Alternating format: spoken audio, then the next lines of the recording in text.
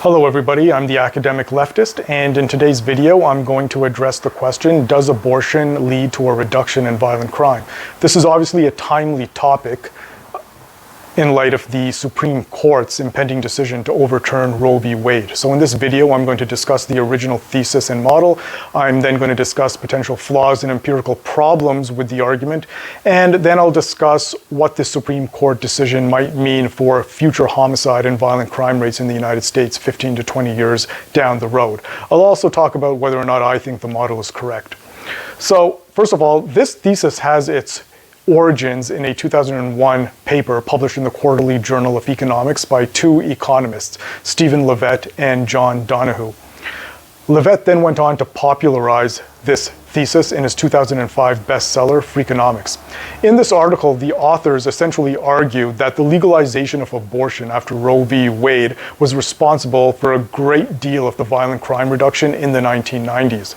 They constructed what is called the effective abortion rate, which is essentially the rate of abortions per births weighted by the proportion of individuals within a certain demographic, those between 10 to 29 years old, who were charged with homicide or violent crimes in a given year in a given state.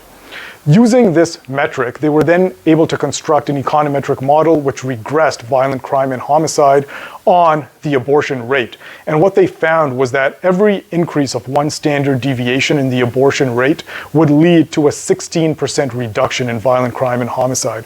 What this essentially means is that the legalization of abortion was responsible for a little over 50% of the decline in violent crime in the United States in the 1990s, which is an extremely bold assertion and claim. Now, it's important to understand why these authors believed that the legalization of abortion would lead to this type of a violent crime decline. They essentially identify two causal mechanisms and pathways. The first is called the Cohort Effect, and the second was called the selection effect. The Cohort Effect basically argued that as cohorts born after Roe v. Wade were exposed to legalized abortion, this would affect the composition of future generations. In other words, future generations would consist of fewer young boys and men between the ages of 15 to 29, simply because women would have an increased chance of terminating unwanted pregnancies. Since future generations would consist of a smaller number of young boys and young men aged between 15 to 29, and since these are generally the demographics that commit most violent crimes and homicides in the United States, then they argue that this would translate into a reduction in violent crime 15 to 20 years after the legalization of abortion. The second causal pathway is what's known as the selection effect, or also the unwantedness thesis. Now, Donohue and Levitt here pointed out that in line with a number of studies, children who are the result of unwanted pregnancies may tend to have a higher risk of being abused and neglected. And furthermore, they pointed out that the evidence shows that children who are abused and neglected have a higher probability of going on to commit crimes, specifically violent crimes and homicide. So they argue that since the legalization of abortion would give a larger number of women the opportunity to terminate unwanted pregnancies, this would seriously reduce the level of unwantedness in society as a whole, and therefore translate into a reduction in violent crime. Now, since this article was published in 2001, and since the Freakonomics book was published, Donohue and Levitt's thesis has been attacked by a number of economists, sociologists, and feminists on different grounds. So a few feminist scholars have pointed out that one flaw with the model put forward by Donohue and Levitt is that they assume that the effective abortion rate prior to the legalization of abortion was essentially zero.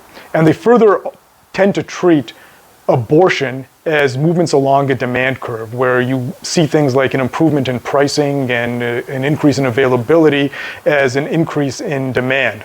However, these scholars pointed out that it's not the case at all that the effective abortion rate prior to 1971 was zero. In fact, they point out that by some estimates, abortion still numbered in the hundreds of thousands per year prior to the legalization of abortion via Roe v. Wade. And they further point out that there's a certain level of desperation that can accompany unwanted pregnancies, which makes abortion unlike other services.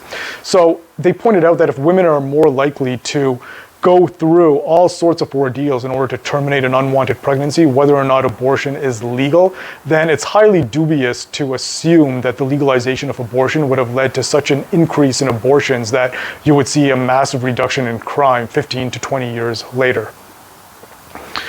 Now, others have also pointed out that there's a problem in replicating the model put forward by Donohue and Levitt. This is a criticism that has been leveled by a number of economists. What they have found is that when they attempt to replicate the econometric model in other country case studies, they have been unable to find any kind of a significant association between the abortion rate and violent crime.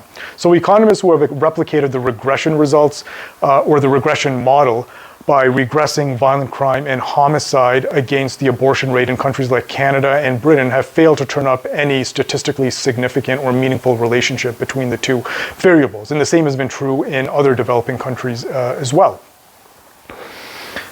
So it should be pointed out, however, that this doesn't necessarily mean that the Donohue and Levitt thesis is incorrect. It could simply mean that the phenomenon they observe is unique to the United States for a number of reasons, but this doesn't actually tend to materialize in other countries. This is something I'll refer to briefly later on in the video as well.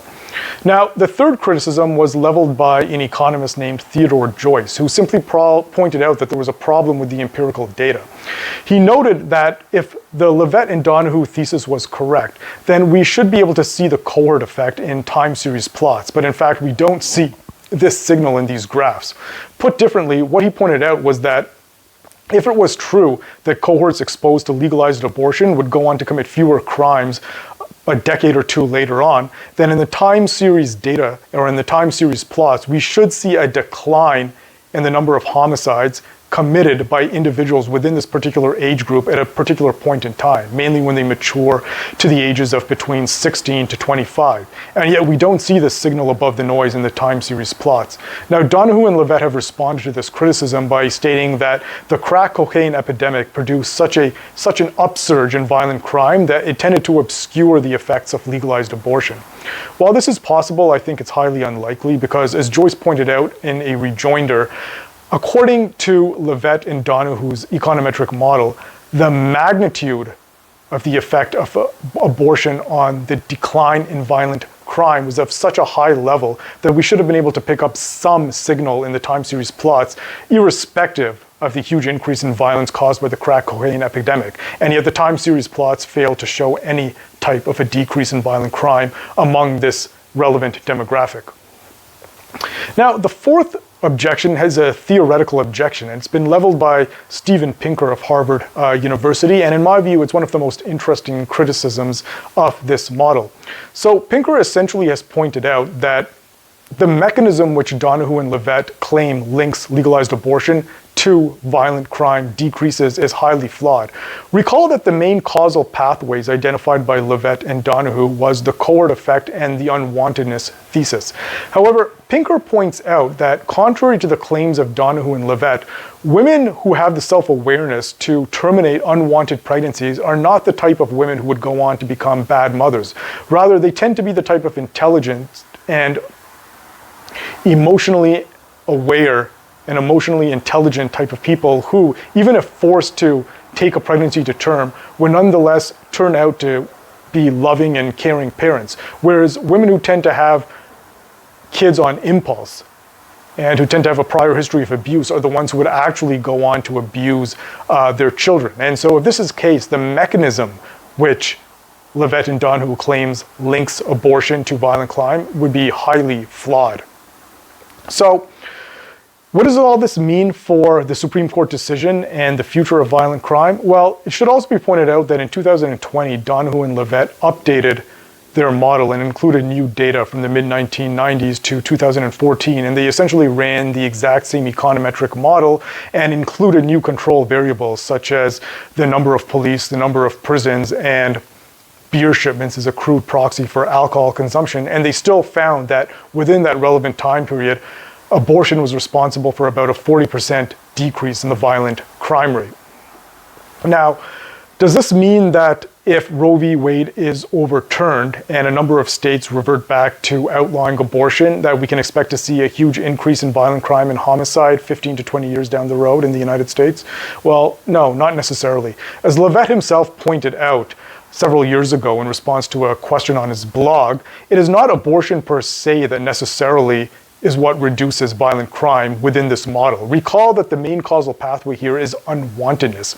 Now, if there are other ways to reduce unwanted pregnancies, then that could still have the same effect on reducing the violent crime rate, again, on the assumption that the model is correct and accurate here, as the abortion rate would. So, for example, increases in sex education, increases in the availability of contraception and and multiple forms of birth control could have the same effect of reducing violent crime in over 15 to 20 years, even if abortion is outlawed. And it should be noted that abortion overall has been decreasing since Roe v. Wade, and abortion among teenage mothers has also been decreasing. And so it is not at all clear that the overturning of abortion will lead to any kind of a increase in homicide or violent crime. Although it is, of course, entirely possible if a large number of women who are experiencing unwanted pregnancies have no way of accessing legal abortions. Now, finally, I want to address the question of whether or not I believe this model is correct and the thesis is sound. Well, I do think that with their 2020 paper, Levitt and Donoghue were able to demonstrate that their model is robust to the inclusion of new time periods and new control variables. However, there are flaws with the econometric model as well. As other economists have pointed out, it is highly sensitive to changes in the specification. And so minor tweaks to the model have resulted in the magnitude of the effect of the abortion rate on violent crime falling by over 50%. And in some cases, the signs and the coefficients have even been reversed. Moreover, it's important to point out again that economists have failed to replicate this result in other countries, in developed countries and developing countries. So we should be very careful about extrapolating these results to other industrialized democracies or even other developing countries. Furthermore, we should point out that one reason why outlawing abortion might actually decrease violent crime in the United States, but not in other national contexts, is because the lack of a social safety net and minimal economic redistribution and minimal state protection for unmarried mothers might, in the United States, have the effect of exacerbating the problem of unwantedness, whereas in other countries in Western Europe and Canada, social safety nets and redistribution and state protections might actually mitigate some of the adverse effects of unwantedness, which is one explanation for why this model cannot be replicated in other country case studies.